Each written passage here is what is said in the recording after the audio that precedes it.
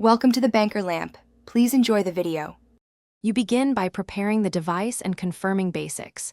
Charge to 2080% or plug-in, and make sure you have admin access and model details. Once done, back up battery-related settings and any profiles so you can restore them. Next, open settings and navigate directly to battery or power management. Don't detour. This first step clears uncertainty and sets a safe baseline. It reduces risk of data loss and ensures the reset will correctly target your device's firmware or software layer. You now perform the core reset. Choose the built-in reset or clear battery stats via diagnostics. This removes corrupted counters. Then run a calibration routine.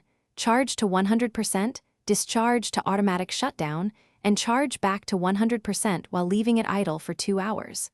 Make sure to apply any manufacturer firmware updates or OS patches. Often the issue is a software mismatch.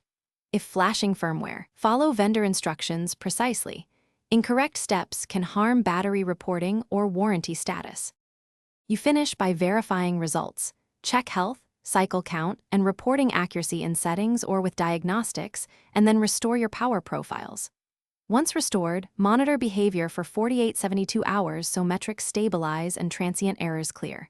If inaccuracies or rapid drain persist, try repeating calibration once. Make sure you document what changed. Troubleshooting tip: if resets and firmware updates fail to fix reporting, contact the manufacturer for diagnostics or RMA. Battery replacement is the common last resort. Thanks for watching. If this was helpful, leave a like and consider subscribing. See you next time.